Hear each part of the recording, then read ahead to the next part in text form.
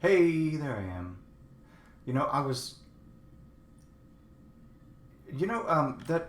Okay, well, a couple things. First of all, I miss going to the movies. I like going to the movies. And I would like to do that again at some point. At some point, I would like to do that again eventually. There's that new Christopher Nolan movie, Tenet, coming out. And apparently it's not fantastic. It's not the greatest movie ever. And that's disappointing because I like Chris Nolan movies. Well, kind of like Chris Nolan movies. I sat down to watch Inception again the other night and may or may not have fallen asleep before the end of it. But I don't know. I don't know why I started this way. Just wanted to talk about movies for a second. Hello and good evening. This is going to be the second video of this week, tailored specifically to essay revision and editing. Right, so probably be a short one. Just a reminder: our essay is due. Is due when? Gosh, when was it? It was due. Let's see if we can find out. Where would we go here? To maybe on Moodle. Maybe scroll down here to this. Essay 1, narrative essay. So this is where we turn it in, right? This is at the bottom of week 2 on Moodle. Week 2, scroll down all the way, and we get to essay 1. So if we click this, it will tell us when it's due. Wait, stand by. Wait. Hold on. We are students now. So we see what students see. Let's try again. Scroll down here. Click this. And it tells us when it is due. And it is due apparently... Oh, it's due tomorrow. Oh no. That means that the final version of our essay must be turned in, should be turned in by midnight tomorrow night. 11:59 tomorrow night. Now, if we will remember the syllabus, there are some assignments that are allowed to be turned in late, and this is one of them. It shouldn't be a problem, but if we have struggled, if we have issues, if we have family complications, if we have other things that, for whatever reason, prevent us from turning in this essay tomorrow by 11:59, we have the option of turning this essay in up to 1 week late. So if we look at the calendar here, tomorrow is August 29th. By the way, I'm still learning videos, and I haven't quite remembered, I haven't always convinced myself that when I point at the screen, you can't see what I'm pointing at, so I need to stop doing that. It's due tomorrow, August 29th. So you can turn it in at any time between now and September 5th. But if you turn it in after tomorrow at midnight, it will incur a 10% penalty off the top. So I'll have to lop off 10% of its head portion. Just take the scalp off, and then grade it and normally from that point on. So it's unfortunate to lose points that way. I understand that sometimes it's just inescapable, unescapable, not able to be escaped from. And remember, this is a major essay, right? This is a 1,000-point semester course, and this paper alone accounts for 200 points of that. So this is a 20% of your overall grade. It's very important that we get this in on time if possible, and as close to correct as possible. So, just real quick. For anyone who doesn't remember or hasn't used Turnitin.com before, it works exactly the same as the individual activities. It shows this screen here, and you click Submit Paper, right? Well, I won't highlight. Right here, Submit Paper. You click that, and then you can either, like I said, see if I have any Here's some videos. All right, so we can either just drag one of these into this box here, or we can click this little red button here for add, and then choose, and we can find it in our computer, okay? All right, so we need to do that tomorrow by midnight, or at the very least, September 5th by midnight. Now, what are some last minute things we need to do for our paper? If we go back to lesson 2, week 2, and we scroll down here to readings, we have two very helpful papers here for us. We have a model for Essay 1, and we have the helpful hints and revision checklist. I showed you the model in the previous video earlier this week. This is what our paper should look like. This is the format that our paper should be. If your paper looks different from this, it's not right. It needs to be left justified. It needs to be double spaced. It needs to have this identifying information up here, except for the writing for the self. We don't need the title of the assignment here. We don't need that. But we need the identifying information. We need the header up here with the last name and page number. We need a title in the middle that's not underlined, that's not bolded. It's just like the rest of the paper, and so on and so forth. Okay, so we know that. But what are some last minute things that we can do? So this helpful hints and revision checklist is really great for giving a last minute once over on your paper. It says check your formatting, right? Again, MLA formatting, blah, blah, blah. And if we need more information about that, again, I would refer you to OWL Purdue. And so does this paper here. Click this link, which takes you right there. But the heading on each page, not the header. This is talking about that identifying information, your name and date and class. That only goes on the first page. Here is the header of last name and page number up in the top right, not the top left, the top, hang on, the video is backwards. I'm going to confuse you if I do that. It's in the top right, don't underline the title, don't put the title in quotation marks. Again, this is that reminder that there's only one space after a period. Try to remember that. We won't have a works cited page on this paper unless you just want to add one. If you want to bring in some outside sources for this paper, that is perfectly fine, but it's not required. So if you do bring in some outside sources and include a works cited page, make sure that it's formatted correctly. And again, OWL Purdue is a great resource for that. And this model on Moodle, shows you what that should look like, right? So this is called hanging indent. Well, again, we'll talk about this more for the next paper, but this is exactly the form, this is exactly how it should look on your own paper if you choose to include a works cited page.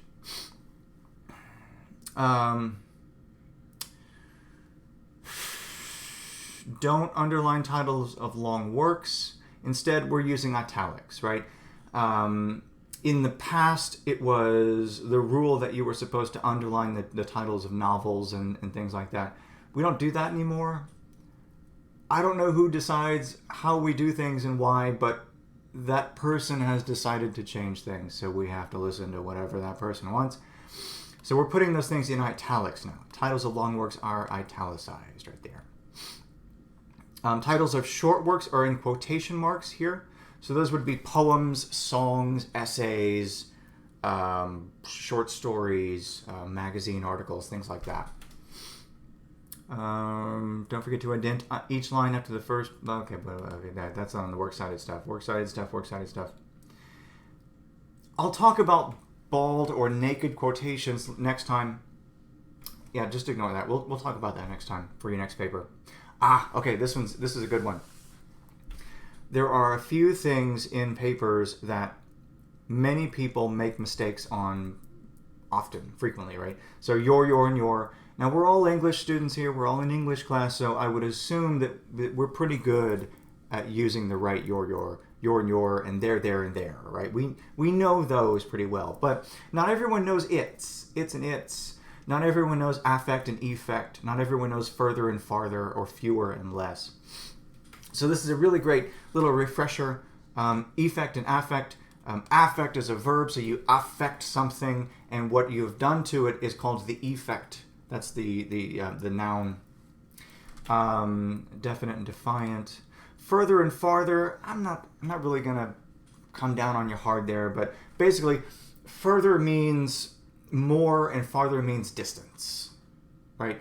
In regular conversation, everybody I've ever heard uses further for distance, and it's not technically right, but who cares? Fewer and less, I do care a little bit more about fewer and less. If you can count something, it's fewer. If you can't count it, it's less. If it's a quantity of a liquid, it's less. If it's a number of coins, it's fewer. And its. I'm going to tell you two things. Very, very easy rules to remember for its and I and me, right? So its. Let's start with its. The one and only time that you would ever use its with an apostrophe it apostrophe s is if it's referring to the contraction it is. Okay, it apostrophe s isn't possessive. There's an apostrophe in there and it throws you off, but it is not possessive. Its with no apostrophe is the possessive form. So I went to give my dog a bone, but its teeth were rotted out. I don't know, something. All right, so its teeth would be its with no apostrophe. Okay. I'm talking about the I and me. Your and your, then and them, so on and so forth. So when you're going through your paper, look for these things. Try to use the right one. I'm not going to kill your paper if you use affect instead of effect, right? That's fine. Just try to use the right one. Possessive with the plural, that's a little tricky. You know what? Sometimes I make this mistake. My son's name is Ellis, Ellis. And so when I'm trying to talk about possessive, Ellis's basketball game or Ellis's room, sometimes I screw it up. Sometimes I put the apostrophe after the S. Sometimes I put it before the S. And it's hard to know when to do that. But again, for this initial paper, I'm not going to be looking for these specific things quite as much. So don't worry too much about them. This is a good one. Do not refer to your essay within your essay. Do not say, in this essay I will do such and such, or in my essay I have described the different ways of it. Don't do that. Don't talk about your essay in your essay. Just, for example, instead of writing in this essay I will make the argument blah blah blah, you can just say, just make your argument. Just make the statement. Right? Don't refer to your essay as making the statement. You make the statement. Don't put dictionary definitions in here. Do not define words. Don't do that. Don't do that. It's bad. Don't do that. Most of us are not going to have any issue with verb tenses, but sometimes we do. So try to make sure that the tense of your paper maintains consistency, right? If we're telling a story about something that happened in the past, then the verbs in your story need to be in the past tense. If they're in the present tense, and again, sometimes depending on the sentence structure, that's okay. But usually, that's very confusing for the reader because then they don't know when the event is happening. Is it happening right now? Is it happening to you right now? Or did it happen 3 years ago in your story, right? Try to keep all of your verbs in the correct tense for your paper.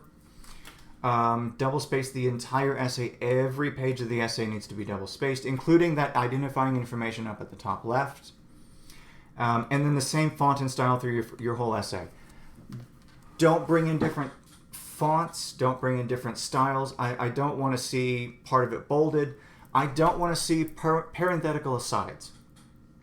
Sometimes, especially in more conversational, casual writing, when we're writing something, we will put something in parentheses as kind of a side message to the reader, right? Maybe kind of explaining a bit more about what we're talking about or referencing something else. For these essays, don't do that. Just leave that parenthetical aside out. If you can put that information in your paper in another way, but don't use parentheses. The only time we should have parentheses in these papers is for our citations. Next essay. And there was something else. Watch for the squiggly lines. Watch for the red and the blue squiggly lines. The red is pretty much always going to be something you want to fix. And the blue is usually something to fix, but like I said, it's not always accurate, so make sure you look at those and think about them. I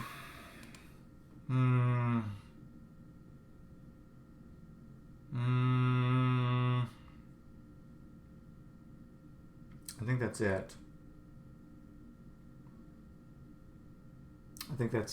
Let's look at the assignment sheet one more time. How am I doing on time? Yeah, it's 15. That's a short one. It's not really that short. I am incapable of making short videos. I don't know what's wrong with me. Here is the assignment sheet again. This is on week 1, lesson 1, right there, right there. So again, it needs to be at least 2 to 3 pages double spaced, 2 to 3 full pages, all most of the way down at the very least. And again, we're telling a story about ourselves. We need to tell about a belief that we have and why we have it. We need to tell what are some events from our life that led to us cementing that belief in our minds. And be personal. This first essay is going to be more casual, more conversational. So as we go forward, we're going to have to change our language a bit to be more academic and more scholarly and more sterile and unfun to read. But for this first essay, we're not worried about that. We're just going to talk to someone as we're talking to them through our papers.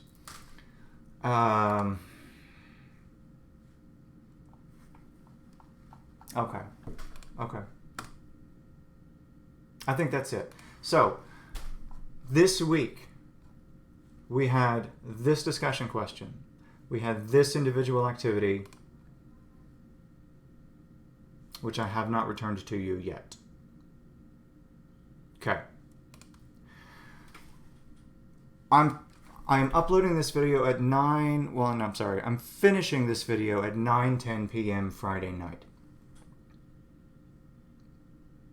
Before you wake up tomorrow, I'm a late night person. Before you wake up tomorrow, I will have all of these rough drafts looked over and a couple suggestions.